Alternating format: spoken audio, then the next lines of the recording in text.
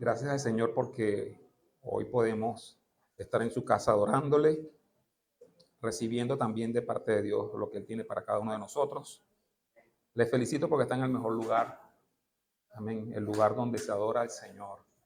Amén. Y hoy, pues ya en este nuestro segundo servicio, eh, vamos a ministrar una palabra que es necesaria. Amén, que es necesaria para nuestra vida, para nuestra edificación. Hemos recibido de parte de Dios durante varias semanas. A mí me gusta estar atento a lo que Dios habla. Es necesario que estemos atentos a lo que Dios está hablando para no perder la secuencia, porque Dios no desvincula las palabras. Dios no nos dice una cosa hoy, otra cosa mañana, sino que hay una línea por la que Dios nos está hablando. Y constantemente Dios lo hace, ¿no? Dios siempre está hablando. Repito, Dios siempre nos está hablando. Dios, tenemos que tener los oídos afinados para escuchar la voz de Dios en cada predicación que podamos escuchar, en cada palabra que podamos leer. Pero todas estas palabras están vinculadas, todas vinculan, todas están unidas. Y hace 2 semanas atrás, pues la pastora estaba ministrando acerca de una fe osada, ¿no? La pastora ministró de una fe osada y nos llamaba a que tuviésemos la misma fe con la que algunos personajes bíblicos mmm, estuvieron, ¿verdad? Y la Biblia lo describe. Y tenemos que tener ese tipo de fe. La semana pasada también se nos habló de fe, pero esta vez una fe, se habló de la fe que progresa, ¿verdad? Porque la fe tiene que ser así, una fe que progrese. Nosotros no tenemos la misma fe con la que empezamos a creer. ¿Okay? Ya no tenemos la misma fe.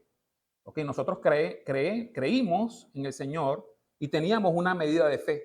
Pero el Señor está esperando que esa medida de fe crezca. Y la semana pasada estuvimos hablando acerca de varios textos bíblicos y digamos, eh, varias características que uno va atravesando en este proceso de avanzar en el Señor. Una fe como hablaba el libro del Progreso del Peregrino, porque que fue muy bien expuesto la semana pasada por mi hermano Davis, ¿verdad? Y damos gracias a Dios por todos estos hermanos y jóvenes que Dios está levantando, ¿verdad? Con estos ministerios emergentes que Dios está levantando. Pero hoy no nos desvinculamos de la fe. Hoy vamos a hablar también de la fe, ¿no? Pero en un contexto un poco más amplio, ¿verdad? Porque Dios siempre nos está llamando a progresar y avanzar. Repito, Dios siempre nos está llamando a que avancemos. Dios, en un momento dado, cada uno de nosotros fue un oidor de la palabra, pero no se quedó allí. No nos quedamos en oidores de la palabra, sino que hemos dado un paso más allá y Dios nos sigue llamando a que sigamos en ese proceso de desarrollo como discípulos de Cristo. No nos podemos quedar estancados. Dios nos está llamando y nos está invitando a que constantemente vayamos avanzando, vayamos progresando, vayamos alcanzando, ¿verdad? Vayamos creciendo, vayamos alcanzando nuevas dimensiones, vayamos prosperando, ¿ok? Y la palabra de Dios, en la palabra de Dios tenemos todo lo que nos hace falta, no nos falta nada. Repito, no nos hace falta nada, estamos cantando, no me hace falta nada. Yo comencé el sermón, en el primer servicio, hablando una anécdota con un hermano que tengo de sangre, ¿verdad? Cuando nosotros como familia nos fuimos a Mérida, estando en Mérida, mi hermano de sangre tenía que viajar y viajó a la Argentina. Ok, mi hermano se fue a la Argentina, algunos lo conocieron de los que están acá, hay otros que no lo conocen, pero mi hermano tenía algo, tenía una chispa y tenía se puede decir, un carácter, no, sino una forma de ser que él era muy ameno y se congraciaba con todo el mundo. Todavía la tiene, ¿no? Él está en Argentina, pues ya tiene varios años allá. Y él era muy echador de broma. Bueno, él a todo era muy echador de broma. Y recuerdo yo que el día en que se fue, que yo estaba aquí, casualmente aquí en Caracas. Ya yo vivía en Mérida, pero yo estuve aquí en Caracas. Creo que estaba solo en esa oportunidad. No sé si mi esposa estaba. No estaba yo solo. Y el día en que un día antes de irse, él me invita a su casa, ¿no? Con mi hermano pasó algo, nosotros nos casamos el mismo año, él se casó con su esposa en el mes de, unos 3 meses antes, como en octubre, yo me casé en diciembre, pero fue el mismo año que se casó él y que me casé yo. Nuestras esposas tuvieron sus hijos al mismo tiempo. ¿Okay? El primogénito de él nació casi a la par de la primogénita mía, ¿verdad? De Gabriela. La segunda de él nació casi a la par con la segunda mía. Y el tercero de él nació casi a la par con los morochos míos. Y éramos, pues en aquel momento éramos bastante unidos, ¿verdad? Cuando él estaba acá. Y a veces, cuando estaban pequeños los muchachos, a veces él se los llevaba a la casa. Y eran 4 míos y 3 de él. Eran 7 muchachos. A veces también yo los agarraba. Y nos íbamos para el parque o nos íbamos a algún sitio y era toda una banda de primitos de 7, nada más con nosotros dos hermanos, con nosotros dos como hermanos varones, aunque tengo 3 hermanas más. Y bueno, cuando todos los primos se reunían, eso era bastante. A veces también coincidían y también iban a la casa de los otros también, y eso era una banda.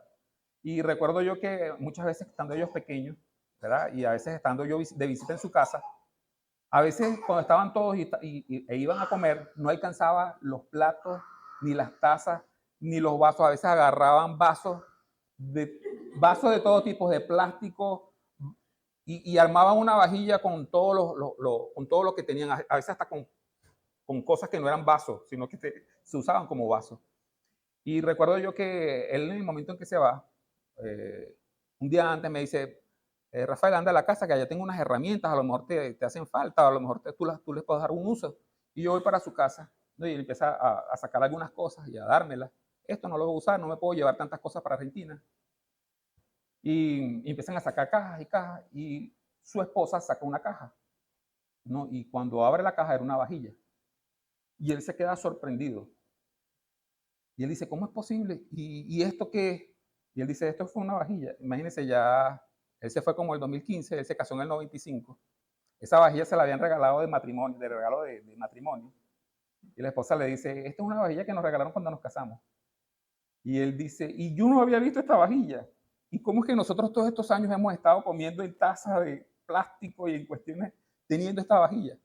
Y se sorprendió muchísimo, él se sorprendió mucho porque no sabía que tenía eso allí, ¿no? Y él me dice, bueno, nada, dásela a Rafael, que la disfrute él. Yo agarré mi vajilla nueva, ¿verdad? Y nosotros sí la disfrutamos y la pusimos en uso, pero así pasa con nosotros en el Señor, que hay muchas cosas que el Señor ha dispuesto para nosotros y nosotros, hay varias cosas por las cuales no las usamos. Puede ser por ignorancia, ¿verdad? Pero también puede ser porque no supimos que estaban allí, no supimos que las teníamos.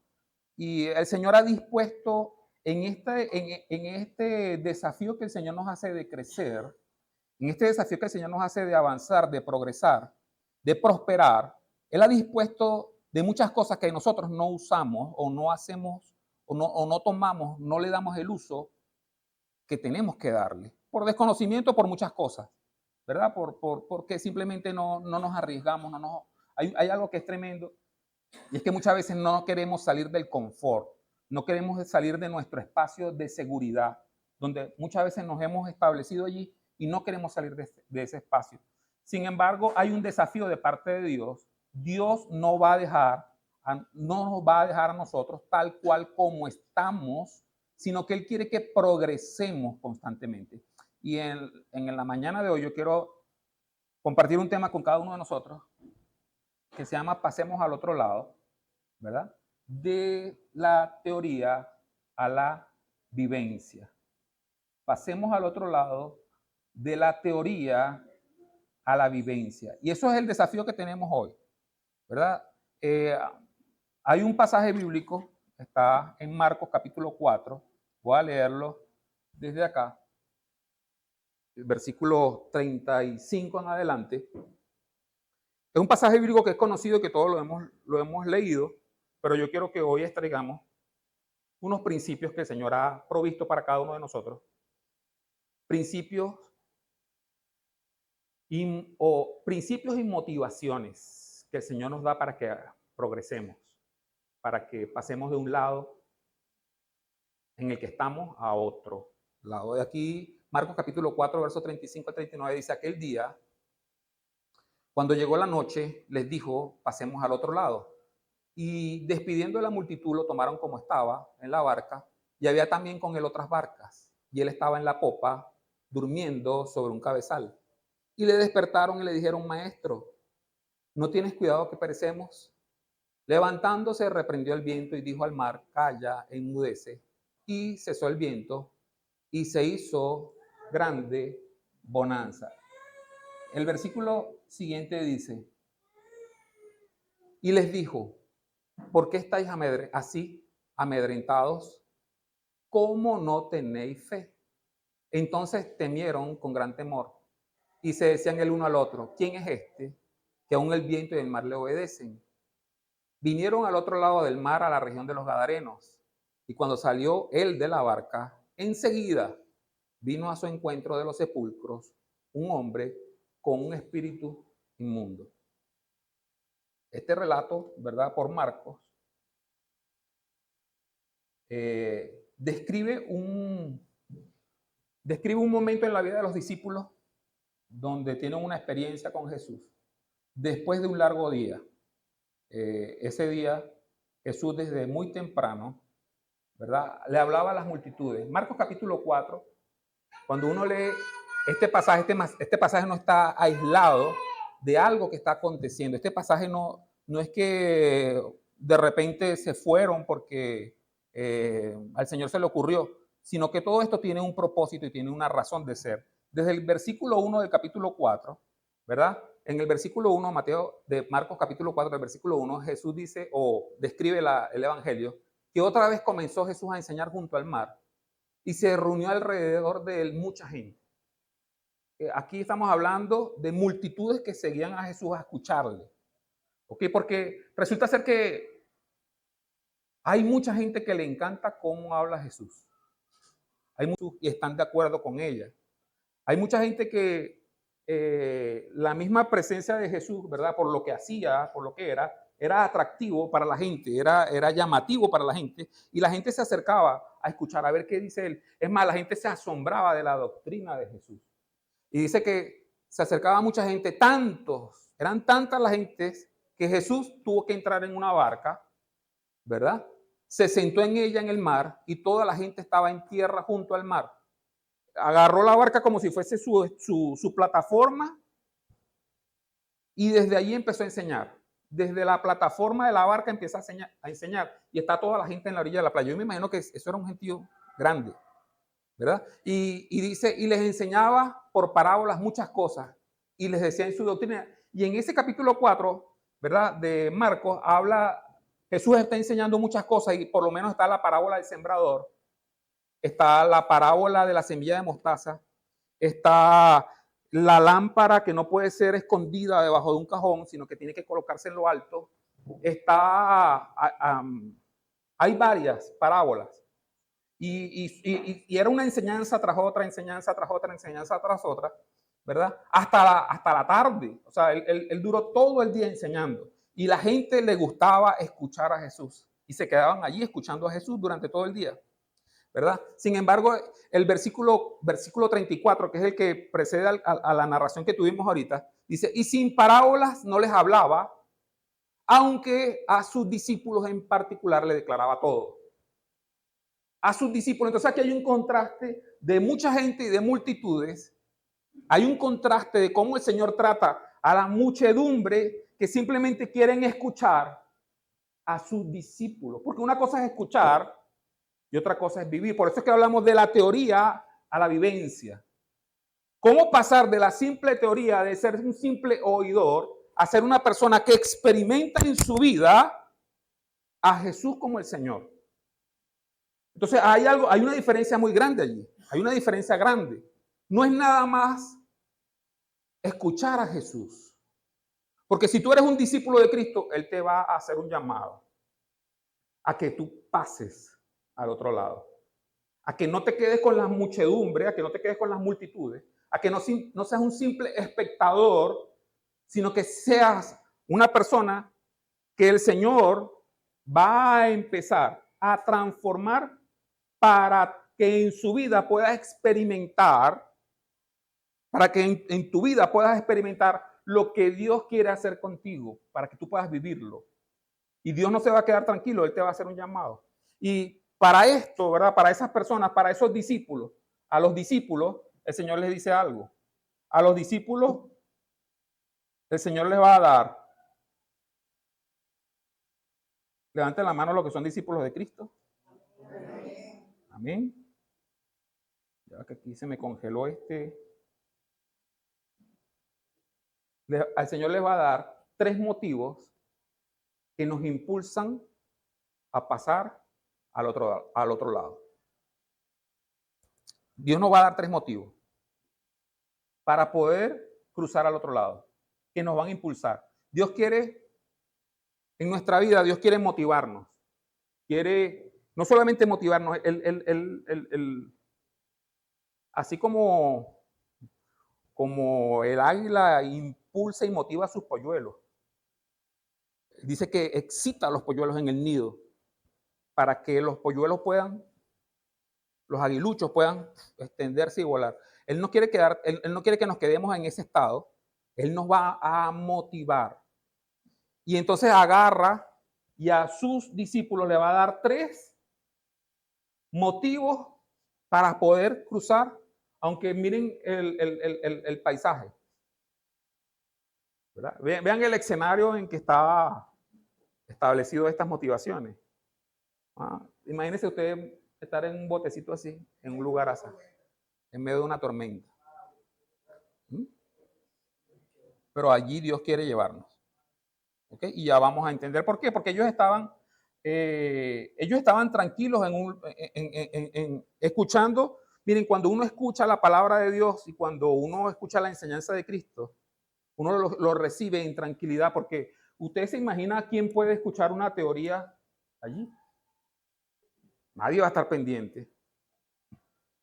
Nadie puede estar pendiente de una teoría de la doctrina. El Señor dando las parábolas y enseñando la semilla, la parábola de la semilla ahí en el bote, en medio. No. Ahí no es tiempo de escuchar, ahí es tiempo de actuar. Esto es práctica. La teoría el Señor la deja relajado, así como estamos usted con aire acondicionado, con unas canciones que nos prepararon para escuchar la palabra. Estamos atentos a recibirla y hoy usted está recibiendo la teoría. Hoy estamos recibiendo la enseñanza. Pero allí no nos vamos a quedar, porque cuando salga de aquí, usted tiene que estar listo para la práctica.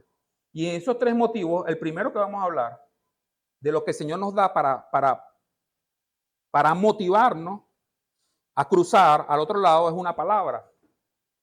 Necesitamos una palabra de parte de Dios para poder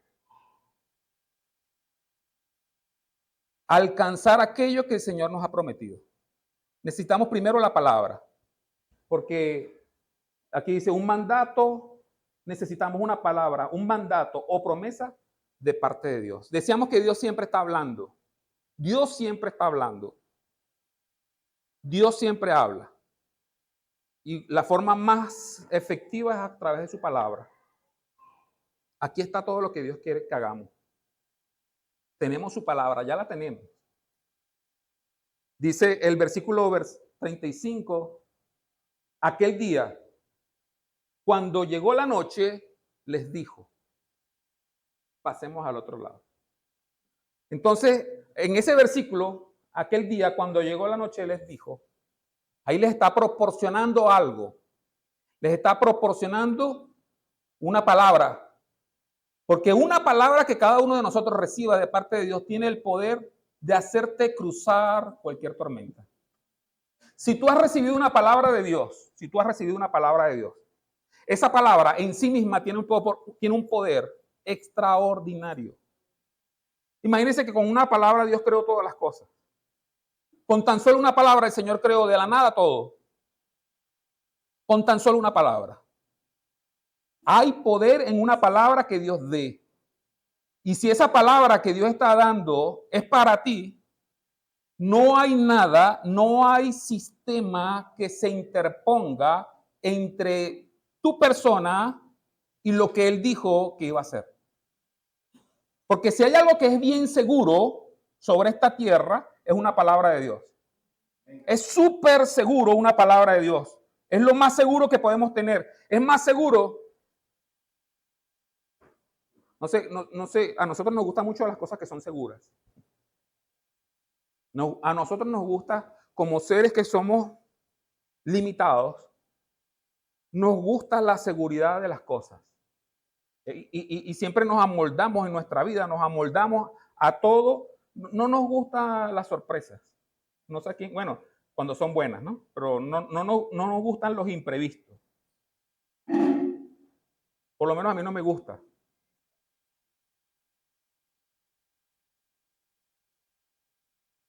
No nos gusta. Porque nos gusta la seguridad de las cosas. Y a veces, esto es tremendo porque a veces hacemos de la seguridad un Dios.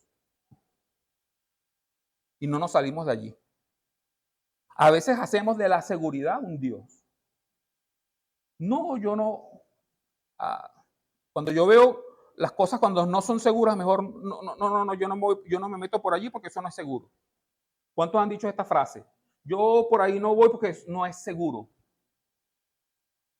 Pero si hay una palabra que te está diciendo, pasa. Si hay una palabra que te está diciendo, pasemos, porque para más el Señor se involucra, pasemos. Le dijo a los discípulos, pasemos al otro lado. Eso tenía que haberle bastado a los discípulos para saber que iban a pasar. Si lo dijo el jefe, y el jefe es el creador de todas las cosas, porque la palabra dice de Jesús que todas las cosas fueron creadas por él, y sin él nada de lo que ha sido creado fue creado. Si el jefe está diciendo, pasemos, mire, yo voy guapo y apoyado. Y paso. ¿Por qué? Porque tengo una palabra de parte de él. Pero cuando tenemos una palabra, se requiere algo. Ante una palabra de parte de Dios, se requiere obediencia. Hay una mano en un sentido señalándole a alguien que está ahí, pero ya en su pensamiento tiene el mismo sentido de aquel que lo está mandando. Eso es obediencia. Alinearte al sentido que Dios quiere para tu vida. Cuando tú te alineas, cuando tu vida se alinea al sentido que Dios te está ordenando a través de un mandamiento o a través de una promesa, entonces eso se llama obediencia y es el primer paso que tenemos que dar para poder progresar o poder avanzar. Es el primer paso que tenemos todos por delante para poder vivir en una prosperidad divina, porque justamente esa es la prosperidad divina de pasar de un estado a otro estado. Pero el primer paso es la obediencia. Obediencia a una palabra que Dios te haya dado. Y a veces nosotros, Señor, pedimos que Dios nos hable, pero no obedecemos. Y ahí es donde está la cuestión. Y esto es fuerte, porque uno dice, no, sí, tengo la palabra de Dios, nada. El Señor dijo, pasemos al otro lado. Los discípulos, ¿cómo sabemos que los discípulos obedecieron? Porque se montaron. Ahora, ¿en qué momento el Señor les da la palabra a los discípulos? Dice, y ya siendo de noche. Yo decía y siempre digo que el mar de noche es feo, ¿verdad? Es como tenebroso, pero también es como, bueno, no sé a quién le gusta, ¿verdad? En estos días, hace un tiempito atrás estábamos en una playa en la noche, la marea está alta, uno no sabe qué traiga esa marea. Pero estando de noche, el Señor les dijo a ellos, pasemos al otro lado. Yo creo que si alguno de nosotros estuviese ahí entre los discípulos, siendo discípulos de Jesús, como que preguntábamos, pero ¿cómo para qué? ¿A dónde vamos?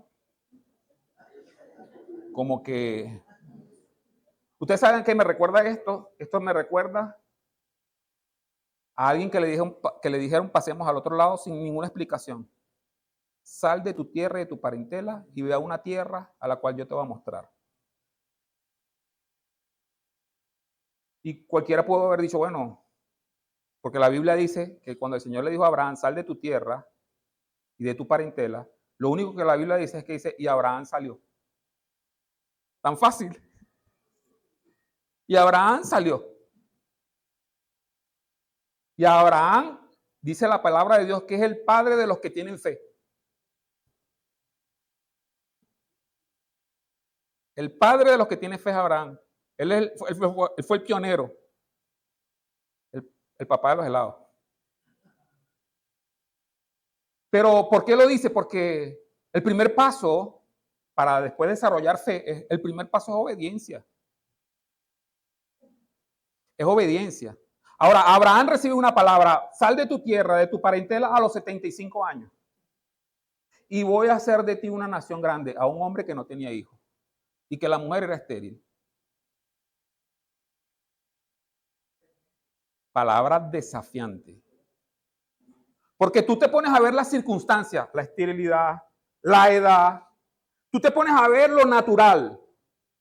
Porque nosotros no nos enfocamos en la palabra, nos enfocamos en las circunstancias.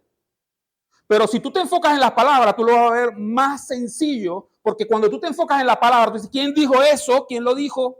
Ah, lo dijo el creador del universo, el que no necesitaba de nada para crearlo todo. Entonces tú dices, ah, bueno, entonces si lo dijo él, sí voy. Porque no te lo está diciendo cualquiera de nosotros, porque la misma Biblia dice, sea el hombre veraz, sea todo hombre mentiroso y Dios veraz. Sea Dios veraz y todo hombre mentiroso. Si te lo dijo un hombre, no te animes mucho. Si te lo dice un hombre, no te animes mucho, porque los hombres mienten. Ah, pero Dios es el que te lo está diciendo. Llénate de valentía, porque tienes el respaldo del Todopoderoso. Acabamos, ¿por qué nosotros cantamos? Dios imparable, Dios de imposibles. Porque tenemos que decirle a nuestro subconsciente, no hay nada que Dios no pueda hacer. Porque si Dios te ha dado una palabra y tú ves las circunstancias, tú te vas a desanimar. Dice la Biblia en Romanos, hablando acerca de Abraham, que él no se desanimó al verse que ya su cuerpo estaba como muerto. Él no se desanimó. Porque si tú te pones a ver lo natural,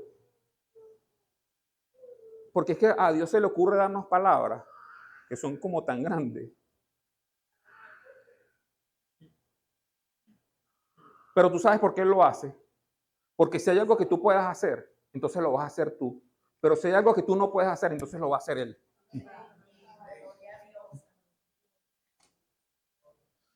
¿Hay algo que tú no puedas hacer? No, no puedo hacerlo yo. Ah, entonces Dios sí lo va a hacer. Y cuando Dios da esa palabra, entonces tú te envalentonas, porque si fue Dios el que lo hizo, no hay nada que pueda detener una palabra de Dios. No hay tormenta que se levante en la mitad de tu camino que vaya a detener una palabra de Dios. Jesús dijo, pasemos, nosotros vamos a pasar. Entonces, ¿qué motiva Jesús para pasar al otro lado? Una palabra de Él. Dice la Biblia hablando de Abraham en Romanos. Me quedé allí. Dice que él no se desanimó al ver su cuerpo como muerto, sino que fortaleció su fe. Se fortaleció en la fe y fue en esperanza contra esperanza. ¿Cómo fortalece Abraham su fe? Él se veía al espejo y lo que iba a esperar era ver una imagen que tenía un día más de viejo. Eso era lo que iba a esperar él. Cuando tú veas la imagen tu imagen en el espejo, tú lo que vas a ver es una persona que tiene un día más de vida. Eso es lo que vas a esperar. Porque aquí la cuestión es que la naturaleza, algo que es natural, es que todos vamos a estar envejeciendo. Que no hay nada que podamos detener.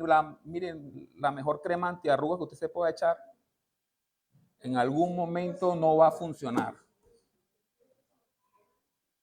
No va a funcionar. Y lo que usted va a esperar, cuando usted va en el espejo o cuando usted va para el espejo, usted va a esperar ver una imagen de una persona no más joven que uno quisiera, ¿verdad? Ven como de 25 años, de 20 años. No te vas a ver más joven, porque es lo natural. Porque lo natural es que las cosas que están bien empeoren. Es lo natural. Lo natural es un desgaste normal y natural por el tiempo. Dentro de 10 años, si aquí no se hace nada, ¿qué va a pasar? Se va a deteriorar todo. Naturalmente, no tiene que meterle una bomba, no va a tener que hacer un desastre aquí para que se destruya. Esto solito se acaba. Eso es algo que es natural. A tu cuerpo no hace falta que le des nada. Solito se va acabando. Sí, podemos hacer ejercicio chévere para tener una vejez mejor, más saludable, como tú quieras, pero igualito te vas a envejecer.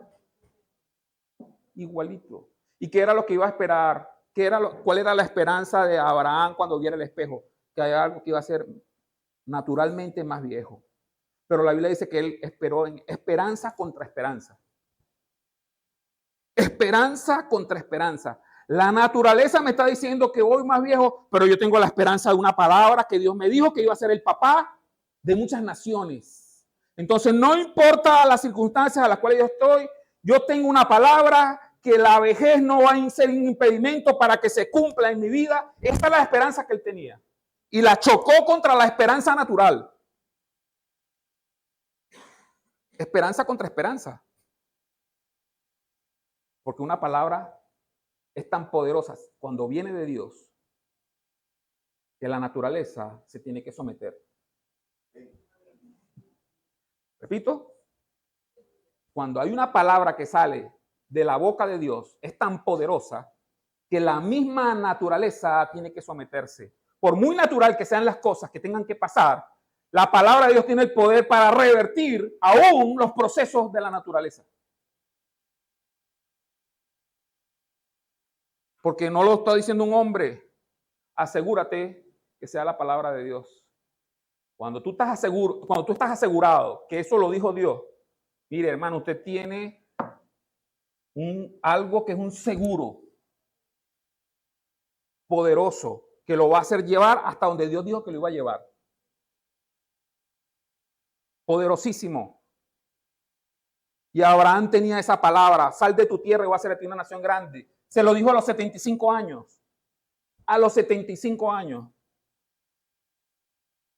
Nosotros somos personas que nos incomodamos cuando no nos contestan un WhatsApp, ¿verdad? Porque no se tilda el... ya le salió el check, el list.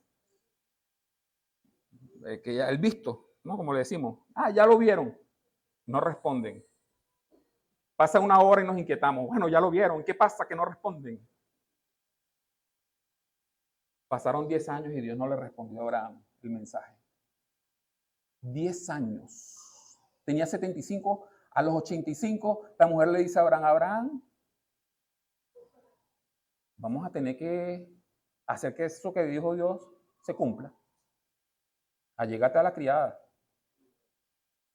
Y el hijo que ella tenga va a ser como mío. Y Abraham, ¿usted qué cree que hizo? Iba a pelarse esa oportunidad. Abraham no peló la oportunidad. Abraham no peló la oportunidad. Tenía el permiso de la mujer. La misma mujer lo puso en bandeja de plata. ¿Y Abraham qué es lo que hace? Abraham, obediente a su mujer, pero desobediente a su padre, va y se llega a la mujer. Y hoy tenemos un problema por esa situación. Hoy, 2025, tenemos un problema. ¿Por qué? Por haberse adelantado a los planes de Dios.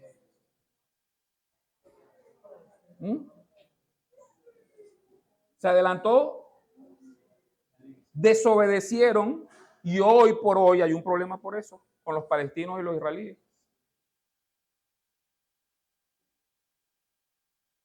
Tamaño problema, ¿verdad? Tantos años. ¿Por qué? Por adelantarse a una palabra que Dios le había dado. Y no solamente esto, No solamente esto, sino que aproximadamente fueron 10 años después que de los 75, tenía 85, y el Señor no le volvió a hablar a Abraham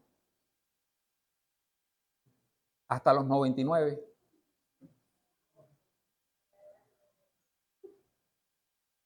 Pero la Biblia dice que Abraham no se debilitó, sino que se fortaleció. Repito, Abraham no se debilitó, sino que se fortaleció. Eso es algo que es poderoso. Porque, bueno, Señor, ¿qué pasó? Dígame nosotros que somos una generación que queremos todo ya. Queremos todo ya, ya, ya, ya, ya. 25 años para que se cumpliera la promesa que Dios le había hecho a Abraham, porque lo tuvo a los 100. A los 100 años lo tuvo. En el año 99 de Abraham, Dios se le aparece y Dios le dice: Abraham, me gusta esto porque al padre de la fe le dan una palabra, a los 99 le dan una palabra y le cambian el nombre. Dicen: ya no vas a ser más llamado Abraham, sino Abraham, padre de multitudes. Yo decía esta mañana, yo me imagino a Abraham, viejito, de 99, sin el hijo de la promesa, con un solo hijo, diciéndole padre de multitudes cuando lo llaman. Padre de multitudes. Cualquiera pudiese creer que es una burla. Cualquiera pudiese creer, tú te estás burlando cuando lo llaman. Pero ¿sabes qué? Abraham tenía una palabra y ese padre de multitudes no hacía sino confirmar la palabra que Dios le había dado a él. Al otro año tuvieron el hijo. Vemos que Abraham sí es padre de multitudes. Dios no se peló, su palabra no se equivoca, ni su palabra va a caer. Por lo tanto, ante una palabra que tú tengas de parte de Dios, lo primero que tú tienes que hacer es obedecerla. Yo esta mañana no puse una lámina que me faltó, porque esta lámina la puse hace mucho tiempo atrás, y en unas clases que estábamos dando a principio de año, estábamos hablando acerca de la obediencia. Y una de las cosas que tenemos que aprender es que tenemos que obedecer lo que ya sabemos nosotros que es la voluntad de Dios. A veces nosotros estamos esperando que Dios nos hable. Señor, dame una palabra, y ya la tenemos acá. Si nosotros no podemos obedecer lo que ya Dios nos mandó, ¿para qué vamos a estar pidiendo más? Si somos incapaces de obedecer lo que ya Dios ha establecido en su palabra, si hay un mandato que ya Dios está pidiendo que obedezcamos, ¿para qué estamos pidiendo más si no podemos con lo que ya tenemos? Lo repito, ¿para qué vamos a estar pidiéndole más a Dios si con lo que ya tenemos no lo hacemos?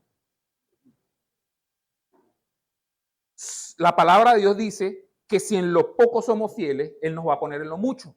Si en lo que ya tenemos no obedecemos y queremos, Dios bendíceme, engrandéceme, ensánchame, Dios, hacemos todas las declaraciones que queremos hacer, prospérame, llévame a una nueva dimensión, llévame, y ya tienes la palabra, ¿por qué no obedeces?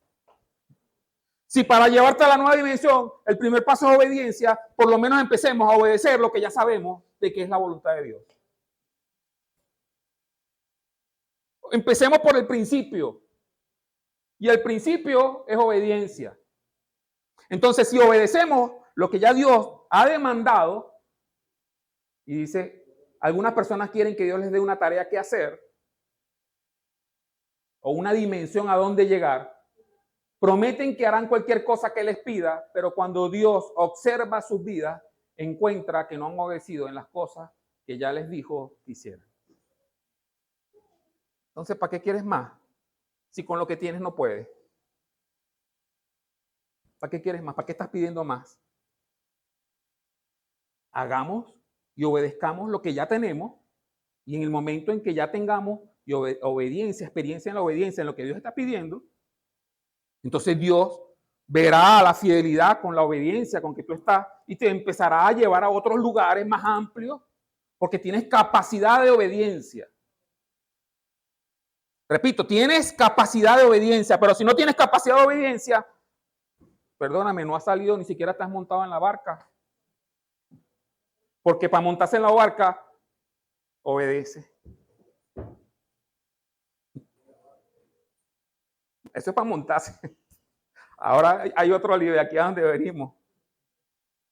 Porque ya estamos en la barca, obedecimos. Eso significa algo porque cuando los discípulos se montan en la barca y arrancan, dice que se desató una, miren, en la palabra, no leí lo que dice abajo, aunque por esta causa puedan venir seísmos a nuestra vida. Muchos de nosotros pensamos que la obediencia va a aplanar nuestro camino. La obediencia va a alinear el camino por el que voy a andar. La obediencia me va a poner a mí un pasadizo de flores. Si obedezco a Dios, entonces me va a ir bien. No, aquí los discípulos obedecieron al Señor y se le levantó la tormenta. Y el término seísmo es el que usa Mateo, porque este pasaje, ¿verdad? Está en los 3 evangelios sinópticos, en Mateo, en Marcos y en Lucas. Este pasaje, mismo pasaje, está en los 3. Pero Mateo usa una palabra, me gusta Mateo porque Mateo lo ponen en Chosen como una persona con ciertas capacidades, ¿no? Sí, tiene una capacidad, Mateo. De hecho, las personas que están allí de alguna manera estudiando los personajes y tratando de adaptar a los personajes de la mejor forma, lo han estudiado muy bien. Ahora, ¿por qué dicen que Mateo tenía ciertas capacidades? Porque usted lee por lo menos Mateo capítulo 1 y no todo el mundo hace una genealogía de esa forma. Y aparte que era un cobrador de impuestos, era una persona que era hábil con los números. Y como él describe toda la genealogía de Cristo y saca cuentas y saca todo esto, entonces a los creadores de Chosen, ¿verdad? Ellos, de alguna manera, ellos insinúan que Mateo tenía ciertas capacidades. Pero es cierto porque saben que Mateo es el único que usa un término que no usan los otros evangelistas, ni Lucas ni Marcos. Mateo usa un término seísmo para describir que se levantó una gran tormenta. El término seísmo es el mismo que usamos nosotros para sismo. Pero Mateo usa un término que en griego es megaseísmo. Y el megaseísmo es una gran. Y lo usa solamente en 3 ocasiones. Mateo lo usa solo en 3 ocasiones. Lo usa en este momento para describir que se levantó una gran tormenta, pero también lo usa en el momento en que Jesús muere y el velo es rasgado y hay un gran terremoto. Y luego, en el momento en que Jesús resucita, que la piedra es removida, porque también la piedra es removida porque un ángel provoca un gran terremoto. 3 ocasiones nada más Mateo usa este término. Porque los sismos no solamente son por causa de la desobediencia. Las tormentas muchas veces no vienen por causa de la desobediencia. A veces las tormentas vienen por causa de remover algo que Dios quiere de tu vida para poder avanzar. Repito, a veces las tormentas vienen para remover. Nosotros cantamos hoy: Señor, quítame lo que tú me quieras quitar. Muy bonito. Quítame lo que tú me quieras quitar, Señor, yo te lo entrego y yo te lo doy. Bueno. Si viene un sismo y el Señor te quiere quitar el miedo,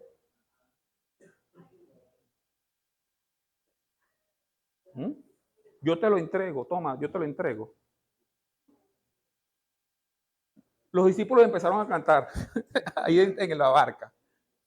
Me gustaría pensar que ellos empezaron a cantar hasta el sismo, hasta que los vientos empezaron a soplar. ¿Y sabes tú qué pasa? Porque lo segundo que Dios nos da, aparte de una palabra, qué bueno que no es nada más una palabra que Dios nos da, sino que también Dios nos da un ejemplo. Dios nos da el modelo que tenemos que seguir. Mire lo que dice Marcos, sigue describiendo el episodio. Dice, y él estaba en la popa durmiendo sobre un cabezal. Él nos está dando un ejemplo. En medio de los sismos, porque se levantó, porque ya aquí dice que se levantó una tormenta y las olas golpeaban el bote de tal manera que se anegaba el bote, que se hundía casi. Pero Jesús estaba durmiendo. Señor, y ese ejemplo, porque para poder o para hacer lo que Jesús hace, es necesario la fe. El primer paso es obediencia, pero el segundo paso que tú tienes que desarrollar para pasar al otro lado es el desarrollo de la fe. ¿Y cómo desarrollas tú la fe? ¿Cómo puedes desarrollar tú la fe? La fe tiene que ser desarrollada en la prueba. No hay otra forma, perdónenme, no hay otro atajo. No hay forma de desarrollo de la fe, sino a través de una prueba. Pero el Señor nos dice cómo tenemos que atravesar las pruebas, porque ejemplo nos dio. ¿Qué tenemos que tener? Fe. Con la fe pasa algo. La fe en nuestra vida ocupa un solo lugar que también es ocupado por el miedo y por el temor.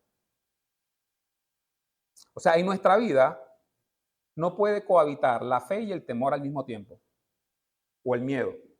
No habitan juntos. O tienes uno o tienes el otro. No hay forma de que estén los dos. Eso tienes que tenerlo claro. No hay forma. Es decir, tengo fe y estar temblando con miedo no va. Alguien dijo en alguna oportunidad, el valor, que es lo contrario del miedo, el valor es un miedo orado.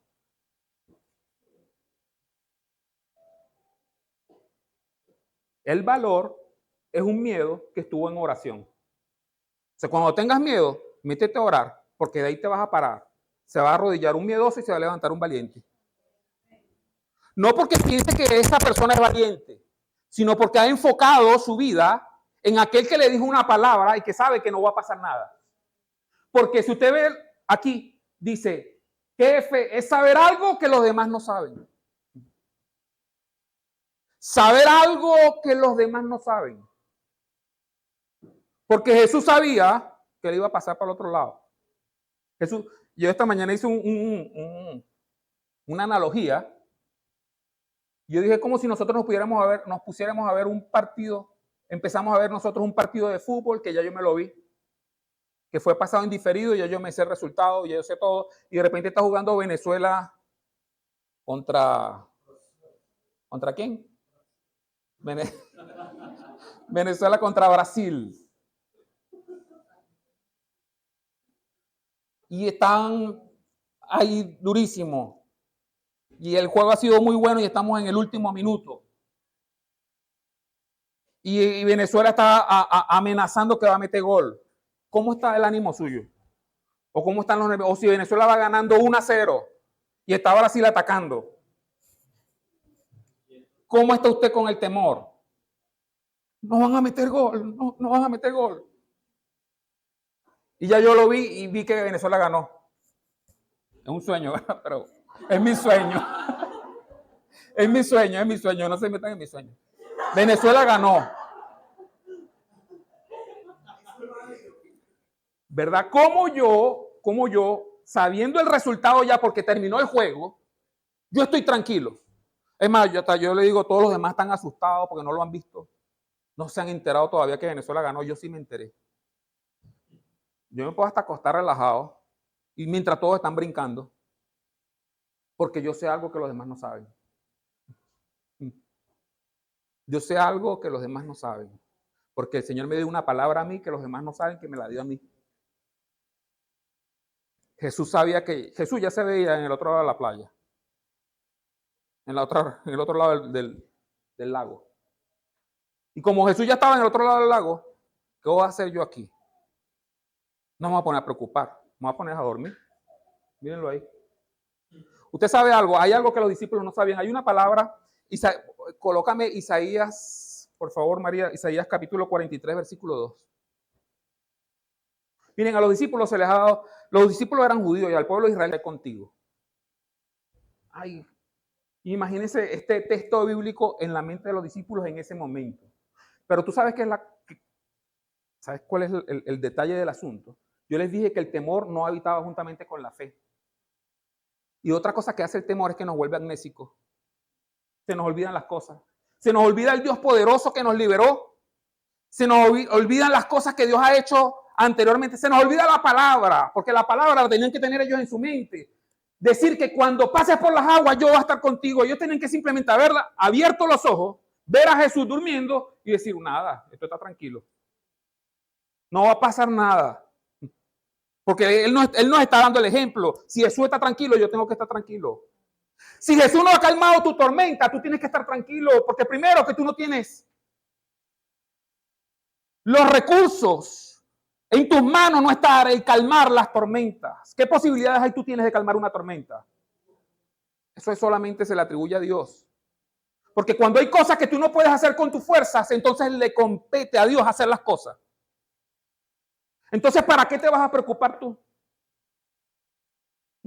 ¿Para qué te vas a preocupar tú? Sabes que cuando pases por las aguas, yo voy a estar contigo, y si por los ríos no te van a negar. Cuando pases por el fuego, no te quemarás, ni la llama va a arder en ti. Entonces, si esa es una palabra que se le dio a su pueblo, al pueblo de Israel, ellos tenían que entender que Jesús estaba ahí en medio de ellos, y ellos no se iban a ahogar, y menos pasando por las aguas, porque Él estaba con ellos. Pero el temor causa amnesia.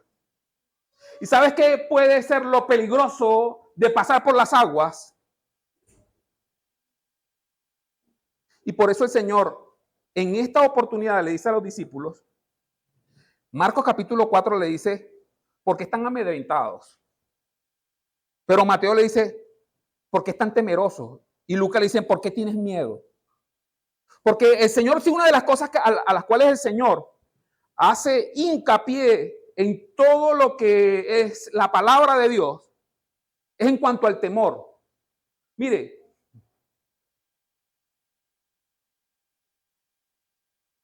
no sé si soy exagerado y no sé si puedo cometer un exabrupto aquí con decir esto.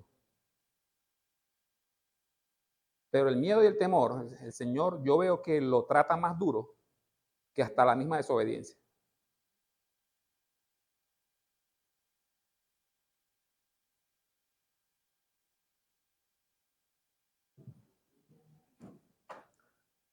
¿Por qué no entraron los israelitas a tomar la tierra? Porque el miedo provoca incredulidad.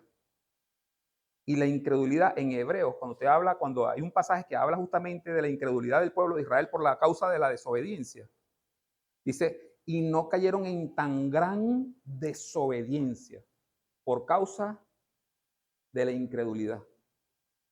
Porque el temor produce incredulidad. El temor y el miedo producen incredulidad. No, yo no creo que pueda pasar. No, mira cómo tanto, mira esas tormentas, ¿cómo? No, incredulidad. Pero el Señor entiende que la incredulidad es altamente nociva. El miedo es altamente nocivo para tu vida. Por eso es que el Señor quiere extirparlo de nuestra vida. El temor tiene que ser extirpado de nuestra vida. Porque o está el temor o está la fe. Y como es un obstáculo para la fe, el Señor tiene que extirpar el temor de nuestra vida. Por eso les preguntan, ¿por qué tienen miedo? Están todo un día escuchando la palabra de Dios, que si la teoría, es hora de ponerlo en práctica. Porque Él estaba hablando, en la teoría le dijo, el sembrador salió a sembrar y la parte de la semilla cayó entre espinos y los espinos crecieron y ahogaron la semilla. El agua no ahogó la semilla, los espinos ahogaron la semilla. ¿Y qué eran los espinos? Las preocupaciones. No es el agua lo que puede matarte, es la preocupación lo que te puede matar. Por eso es que el Señor tiene que extirparlo, tiene que sacarlo de tu vida. Voy a leerles algo, permítanme leerles un fragmento de un libro de Mas Lucado. Un fragmentico apenas. Mas Lucado le gustan mucho las historias. Y en uno de los libros de él, se llama No temas, justamente No temas, el libro. Si pueden leerlo, léaselo, pero aquí hay un fragmento de ese libro. Y dice Mas Lucado, a las 8:17 de la noche del día 3 de marzo de 1943, en plena Segunda Guerra Mundial. Noche, miren esto, qué tremendo, ¿verdad? Noche lúgubre, en plena guerra. Las sirenas que advertían de un bombardeo sonaron a todo volumen sobre Londres, en Inglaterra. Los trabajadores y los que iban de compra se detuvieron en las aceras y miraron al cielo. Los autobuses se detuvieron y los pasajeros se bajaron. Los conductores hicieron chirriar los frenos y salieron de sus automóviles. A la distancia se podía escuchar algunas ráfagas de tiros. La artillería antiaérea cercana disparó una salva de cohetes. Las multitudes en las calles comenzaron a gritar. Otros se cubrían la cabeza y gritaban: están empezando a caer, decían. Todo el mundo miraba hacia arriba para mirar los aviones enemigos. De hecho, de que no vieron ninguno, no hizo nada para frenar la histeria. La gente corría hacia la estación subterránea, donde más de 500 personas ya se estaban refugiando. En los próximos 10 minutos, 1.500 personas más se unirían a ellos. Los problemas comenzaron cuando una oleada de los que buscaban seguridad, los que buscaban la seguridad, se precipitó al mismo tiempo en la escalera de la entrada. Una mujer que llevaba en brazos a un bebé dio un traspié en uno de los disparejos 19 escalones que conectaban con la calle. Su caída detuvo al flujo de gente que quería bajar, causando un efecto dominó en otros que cayeron sobre ella. En unos segundos, cientos de horrorizadas personas estaban cayendo juntas, apilándose. Las cosas empeoraron cuando los que llegaban tarde pensaron que estaban siendo bloqueados en forma deliberada para que no entraran, cosa que no fue así. Así que comenzaron a empujar. El caos duró menos de 15 minutos. Desenredar los cuerpos tomó hasta la medianoche. Al final, 173 personas, entre ellas hombres y mujeres y niños, murieron. No había caído ni una sola bomba. Las balas no mataron a la gente, las mató el miedo.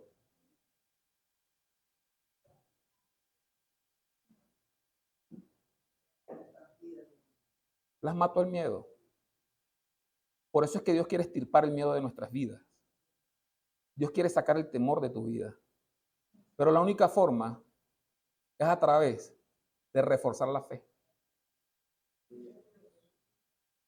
Eso es automático. Crece tu fe, el miedo se va. ¿Por qué? Porque tú no estás viendo las olas de la tempestad, tú estás viendo a un Jesús que Él sabe algo que quizás yo no sé. Pero ver la tranquilidad de Jesús tiene que hacer en mi vida algo para poder parecerme a Él. Pero tú sabes cuál fue la reacción de los discípulos.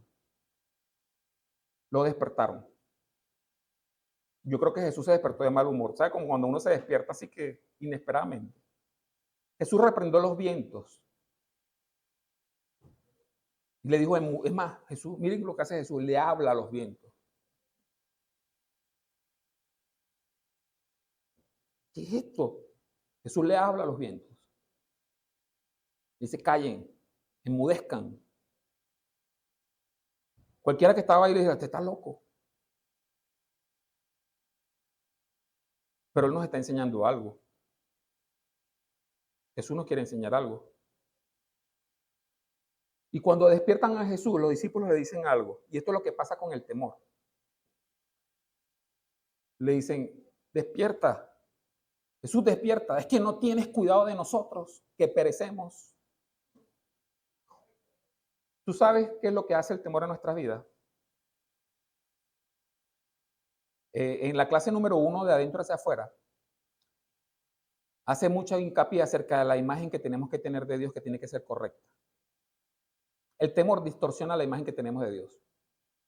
Y nos hace ver a un Dios que no tiene cuidado de nosotros, a un Dios que es indolente, a un Dios que no se conmueve por lo que nos pueda estar sucediendo. Y cuando el temor se apoderó de los discípulos, lo que hicieron fue llamarlo, no tienes cuidado de nosotros, Señor, ¿qué está pasando? Mira lo que está pasando. Porque ¿sabes lo que hace el temor? Cuando te distorsiona la imagen de Dios, duda del carácter de Dios. ¿Sabes lo que es dudar del carácter de Dios? ¿Tú sabes lo que la Biblia dice acerca del carácter de Dios? ¿Cómo es Dios? ¿Tú crees que Dios se ha olvidado de ti por lo que tú puedas estar pasando?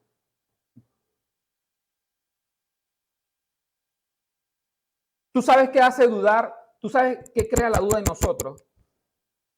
En el capítulo también de Adentro hacia Afuera, en las primeras lecciones, hablan de que la gente que es manipuladora o controladora es porque es insegura.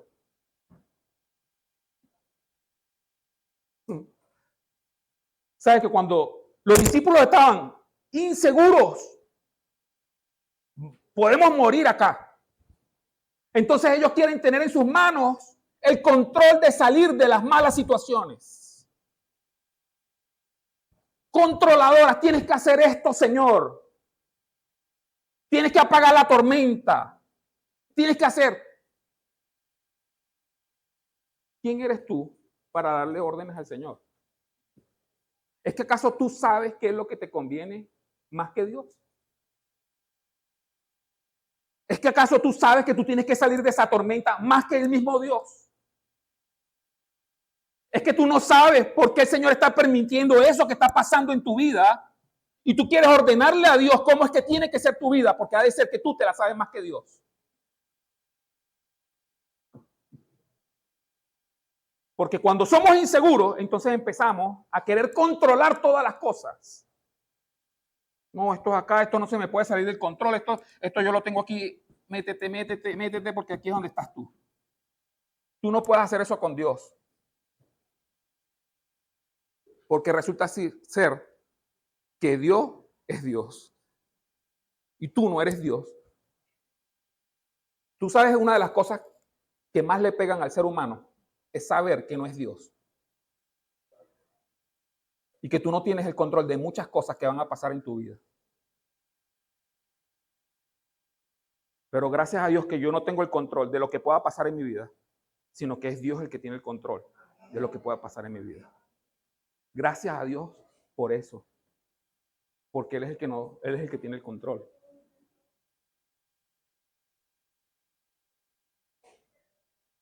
Entonces Dios quiere desarrollar fe. ¿Por qué es necesario la fe? Porque la fe es la que nos va a hacer salir de las tormentas. Porque por lo menos, como dice Hebreos capítulo 11, versículo 1, es pues la fe, la certeza de lo que se espera, la convicción de lo que no se ve. Pero el versículo 33, si me puedes ayudar con Hebreos 11, 33, dice que por fe conquistaron reinos de tormentas. Se pueden conquistar reinos. Hicieron justicia, alcanzaron promesas, taparon bocas de leones. Wow, héroes de la fe. Sigue diciendo, apagaron fuegos impetuosos, evitaron filos de espada, sacaron fuerzas de debilidad. Yo creo que este fue Abraham. Sacar fuerzas de debilidad. Abraham por la fe hizo eso. Se hicieron fuertes en batalla. Este fue Gedeón, seguro. Pusieron en fuga ejércitos extranjeros. Esa es la fe que necesitamos ahora, ¿verdad? Las mujeres recibieron sus muertos. Imagínense que tenían tanta fe que hasta hubo resurrecciones. Poderosísimo. Más otros fueron atormentados. Ya va por la fe. Eso como que no cuadra aquí. Creo que la Biblia se equivocó. Otros fueron atormentados por la fe. No aceptando el rescate a fin de obtener mejor resurrección. Sigue avanzando para ver qué dice. Otros experimentaron vituperio. Ya va, esto no me parecen hombres de fe. Y azotes. Bueno, hoy estábamos hablando de Pablo, ¿verdad? La palabra. De 40 menos 1 era que decía Pablo, ¿verdad? 39 azotes, porque 40, para los romanos, 40 azotes era una violación a los derechos humanos. Entonces eran 39. Y es más, y además de esto, prisiones y cárceles. Fueron apedreados, ahí está Esteban. Porque lo que pasa es que la fe, miren algo que lo que ocurre con la fe. La fe, en medio de la tormenta, te lleva a como si ya lo hubieses pasado. Ya estás allá, pero todavía estás aquí. Pero ¿sabes qué? Yo necesito fe para salir de la tormenta, pero necesito más fe para permanecer en la tormenta. O sea que mi fe se está fortaleciendo más aquí que cuando ya pasé. O sea que si el Señor me tiene a mí en un proceso acá, y si no libro a Esteban, sino que le lanzaron piedra y está siendo apedreado a Esteban, Esteban tiene más mérito. Mire esto, Esteban tiene más mérito ¿Por qué? Porque Esteban no reacciona, porque dice la Biblia que ellos tienen buen testimonio por la medio de la fe. Creo que el versículo 39. María, pon el 39. Y todos estos, aunque alcanzaron buen testimonio mediante la fe, no recibieron lo prometido, pero alcanzaron buen testimonio. O sea, el buen testimonio de Esteban es que me están apedreando y Esteban está diciendo, Señor, perdónales porque no están sabiendo lo que hacen. Eso, el que recibe un peñonazo, lo que provoca, si usted no está cimentado en la fe, lo que provoca es devolvérselo. Pero ya Esteban está en la victoria. Ya Esteban estaba en la gloria. No pasó. Estaba en medio de la tormenta, pero su actitud estaba en el cielo ya. Estaba recibiendo peñonazos en la tierra. Su actitud estaba en el cielo. Eso es lo que necesitamos nosotros. La actitud, ¿cómo estás tú hoy? ¿Cuál es tu actitud hoy? Tu actitud hoy, aunque estés en tormenta, tiene que estar en reposo. Tu actitud, ¿por qué? Porque la fe te está diciendo que eso que tú estás viviendo va a pasar. Que puede ser lo más malo que te pase, que te mueras. Si te mueres, tienes un boleto gratis para el cielo. Eso es lo más malo que te puede pasar y lo más malo es ganancia. Te repito, lo más malo que te puede acontecer en esta vida es que te vayas para el cielo y lo más malo es ganancia. Es la actitud. El Señor nos modeló la actitud en medio de la tormenta durmiendo. Seamos como Cristo. Seamos como Él.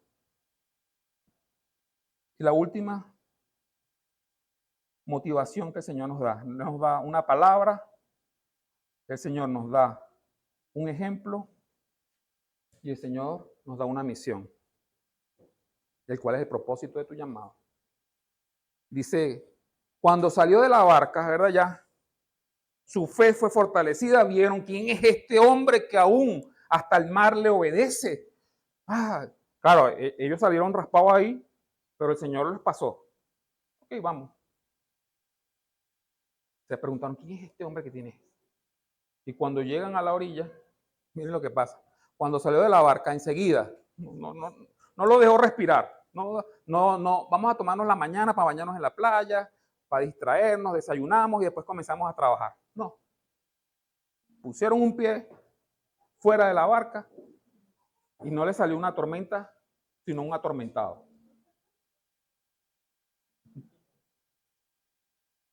Por unos demonios.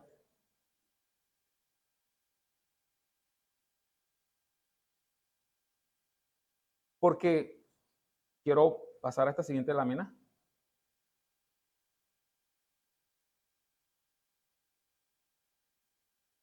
Pasar al otro lado es trascender a un estilo de vida, a una vivencia, con un alto significado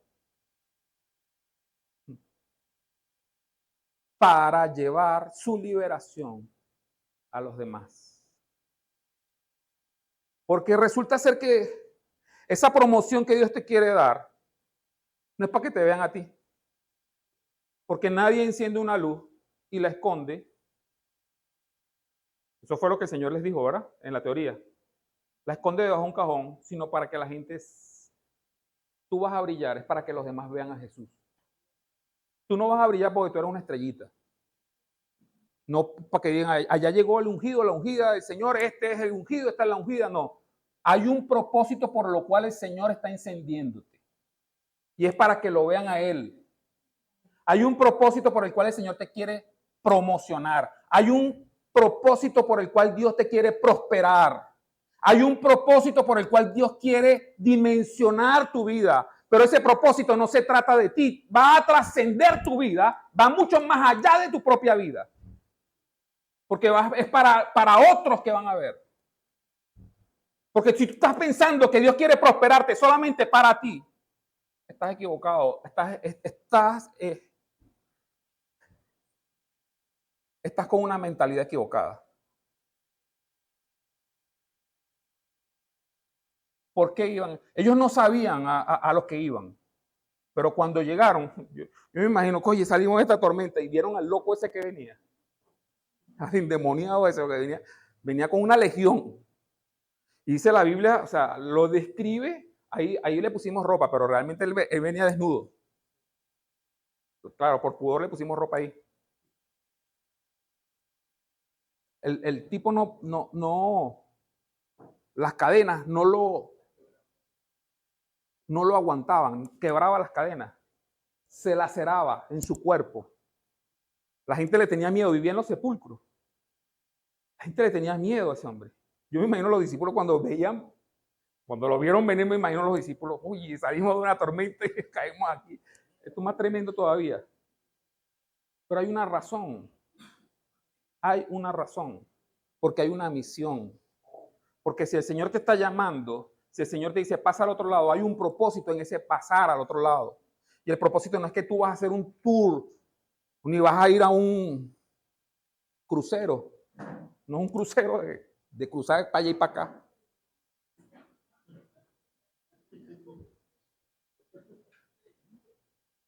No es un crucero. Hay un propósito, hay una razón por la cual el Señor te quiere en el otro lado. Hay una razón por la cual el Señor te quiere maduro. Hay una razón por la cual el Señor te quiere en otra dimensión. Hay una razón por la cual el Señor quiere que tú prosperes. Hay una razón por la cual el Señor quiere que tú avances. Hay una razón por la cual el Señor no quiere que te quedes como empezaste, sino que llegues a un nivel de espiritualidad diferente, que cambie. Pero hay una razón por la cual todo esto. Y la razón es porque hay una misión que cumplir. Hay una misión que cumplir. Y esto como que no lo sabía, o sí lo sabía. Porque para esto yo quiero hacer una analogía. El Antiguo Testamento tiene una analogía muy parecida a esta. A mí me asombra a veces las cosas que en la Biblia uno puede descubrir, puede ver. El Señor le dijo a uno también, pasemos al otro lado.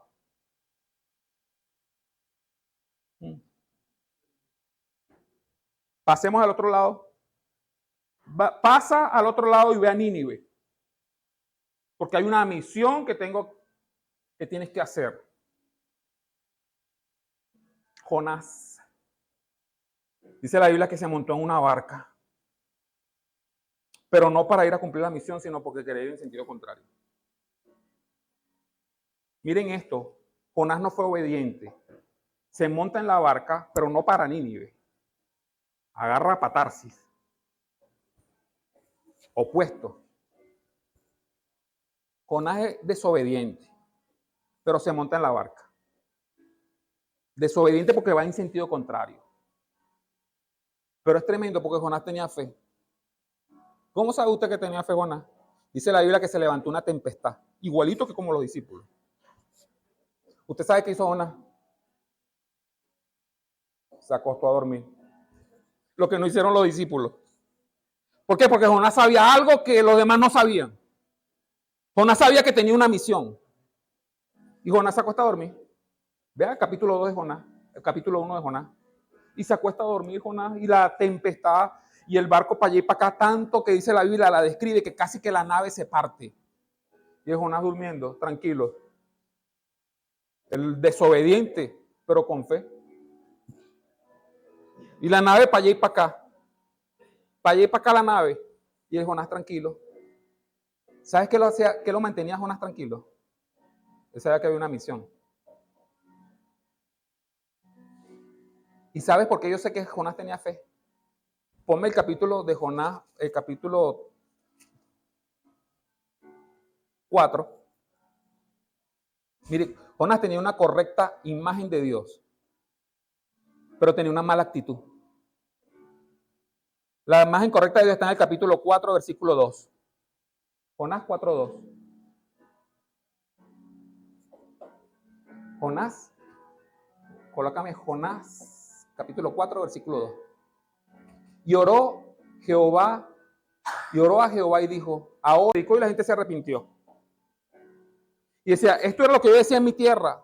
Por eso me apresuré a huir a Tarsis. Por eso es que fui en otro sentido. Porque yo sabía, pásalo, porque sabía yo que tú eres Dios clemente. No como los discípulos que decían, Señor, tú no tienes cuidado de nosotros. No, Jonás sí sabía quién era Dios. Dice, yo sé que tú eres clemente, Señor. Y yo sé que tú eres piadoso. Correcta imagen de Dios. Yo sé que tú eres piadoso. Tardo en enojarte. Y de grande misericordia. Y por eso es que no quiero ir, porque yo no quiero que esos endemoniados de Nínive sean libres. ¿Sabes por qué? Porque Jonás sabía. ¿Entiendes? Jonás sabía quiénes eran los ninivitas también. Eran unos endemoniados. Y no quería liberarlos. Pero yo sabía que si tú me mandas para allá, esa gente va a ser libre. Yo sabía que si yo llego a Nínive, esa gente va a ser libre. Entonces Jonás tenía fe, pero no tenía el carácter de Dios. Porque para una misión y para lo que Dios quiere hacer con tu vida, es necesario que tú tengas el carácter de Dios. Si no tienes el carácter de Dios, está como Jonás, que descienda fuego. ¿Tú sabes cuál fue y de grande misericordia y que te arrepientes del mal? ¿Sabes lo que hace Dios con Jonás? Para hacerle ver la posición que tiene Dios. Jonás sube a una montaña, sube a una colina. Él está pensando que a lo mejor Dios todavía puede mandar juicio y puede enviar fuego del cielo a Nínive y destruirla. Y él se sube a una colina a ver la destrucción de Nínive, a ver si Dios se arrepiente de lo que es y si el pueblo no se arrepiente. Y quería ver de primera mano a ver la destrucción de Nínive y sube a una colina, a una montañita. Y Dios le hace crecer una calabacera, una mata de calabaza con sus hojas, y las hojas le daban sombra. Y él en la colina se sintió cómodo. Y dijo, estoy aquí en primer lugar, quiero ver la película que van a pasar ahora, seguro que va a descender fuego del cielo. Todo eso es en primera plana, sabroso porque estoy aquí en este aire acondicionado, con esta hojita que me está tapando del calor. Y mientras él está esperando esto acomodado en su espacio, el Señor dice que mandó a un gusano que hiriera la calabacera y que se la comiera. Y el gusano acabó con la mata y no tenía hoja, ya la mata. Y Jonás dice, bueno, ¿qué pasó aquí? Oye, vale, la calabacera que me estaba haciendo sombra. Oye, chicos, se echó a perder la calabacera, vale, ahora este sol. Y el sol, dice la Biblia que el Señor mandó que un viento bien asoleado azotara a Jonás, tanto que le quemó la cabeza. ¿Quién ha tenido insolación aquí en la cabeza después de un buen solazo? ¿Verdad? Que no, yo creo que ni se podía tocar la cabeza. Así como cuando... Y Jonás dio una expresión, me quiero morir. Tengo un dolor de cabeza y me quiero morir. Me quiero morir porque esto no me está saliendo bien. Me quiero morir porque esto que me estaba prestando a mí se desvaneció. Y le dice el Señor, Jonás, ¿qué hiciste tú por la calabacera? ¿Acaso tú la creaste para que te pongas como te pones? Tú te compadeces de una calabacera que no la sembraste, que no la regaste, que no la trabajaste, que no diste tu vida, que no hiciste nada. Yo no me voy a compadecer de la gente por la cual yo sí trabajé, por la cual yo sí los hice, por lo cual yo di mi vida. Estoy traspolando a lo que ha hecho Jesús por nosotros. Tú no te compadeces por la gente y sí por una calabacera que no hiciste. Jonás. Y la historia termina así, como sin final. Para mí pareciera que no tuviera ese final. Pero tremenda lección que el Señor nos da. ¿Cómo no tener el carácter de Dios? Si eres lo más sublime, lo mejor que existe. ¿Cómo no ha de compadecernos nosotros por la obra de Dios? Y Dios dio su vida. Hoy vamos a participar de la cena del Señor. Esto representa el cuerpo, que no lo escatimó, sino que lo dio por nosotros. Y a veces nosotros pensamos nada más en nosotros. Bueno, gracias a Dios ya me salvé. Pero el Señor también lo dio por el que todavía no lo conoce. ¿Cómo yo no me voy a alinear a la misión de Dios? ¿Cómo yo no me voy a alinear a que si Dios me está engrandeciendo y me está ensanchando, que si Dios está ampliando mis capacidades, que si Dios me está prosperando, no va a ser para cumplir la misión de Dios? ¿Usted sabe qué cosa es triste? Gente que han estado en el Evangelio y Dios los ha prosperado y se han olvidado de la misión de Dios. Eso es triste. ¿Usted sabe qué fue lo que le pasó al hombre ese que había amontonado tanto y que dijo, oh, alma mía, ¿qué voy a hacer con tanto? Que aquí nada más. Si Dios le place dar una gracia que no tiene otra persona, sino esa gracia es única para ti, no es para ti, esa gracia tiene que trascender para que cumpla la misión en la cual Dios está involucrado. Esto no lo podemos olvidar, esto es el todo. ¿Para qué Dios te llamó? Dios no te llamó a ti para que hiciera crecer tu fe en vano. Porque tu fe no es para sacarte de tus tormentas. Tu fe es para sacar de las tormentas a los demás. Para sacar a los atormentados. Tu fe no es para que vivas mejor. Tu fe es para que los demás vivan y conozcan la vida eterna. Tu fe no es para ser un hombre extraordinario de la fe. Tu fe es porque hay hombres que necesitan a hombres extraordinarios en la fe. Y para eso es que se requieren hombres de fe. Por eso es que Dios desarrolla tu potencial. Para que alguien se beneficie de lo que Dios está haciendo. Porque Dios está viendo al endemoniado. Dios está viendo al atormentado. Dios está viendo al esclavizado. Ya tú, al tenerte en la barca, ya tú estás con Dios. Ya tú estás bien. Pero hay otros que necesitan montarse en la barca. Y cuando Dios lo libera, un poder tan extraordinario que el Señor nada más da la orden, los demonios tienen que salir, le piden permiso, déjanos meternos en esos cerdos. Y se van por un despeñadero. ¿Y sabes qué? El hombre vino corriendo donde Jesús, déjame irme contigo, déjame montarme en la barca contigo. ¿Sabes lo que le dice el Señor? No. Tu fe está fuerte. Anda y cuéntale a los demás quién es el que te ha liberado y libera a los demás también. Lo mandó a la misión de una vez sin pasar por la barca.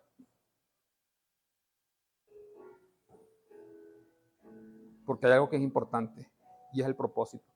¿Sabes que por el propósito, en una oportunidad Jesús estaba hablando con una mujer y se le pasó la hora del almuerzo y eran las 3 de la tarde y llegaron los discípulos diciendo, Señor, come.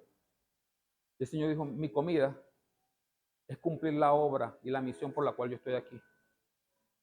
Es más importante para Jesús, si para nosotros es vital la comida, ya está pegando, ¿verdad? Si para nosotros es vital la comida, Jesús anteponía, aún la comida la quitaba del medio y decía, para mí es más importante la misión que tengo que cumplir. Maestro, come, no, tengo que hacer algo primero, hay algo que es prioritario. La misión es prioritaria, porque hay algo que el Señor está esperando. Mejor dicho, hay alguien que está esperando al Señor. Y hay alguien que tiene que llegar allá para liberarlo. Y ese eres tú.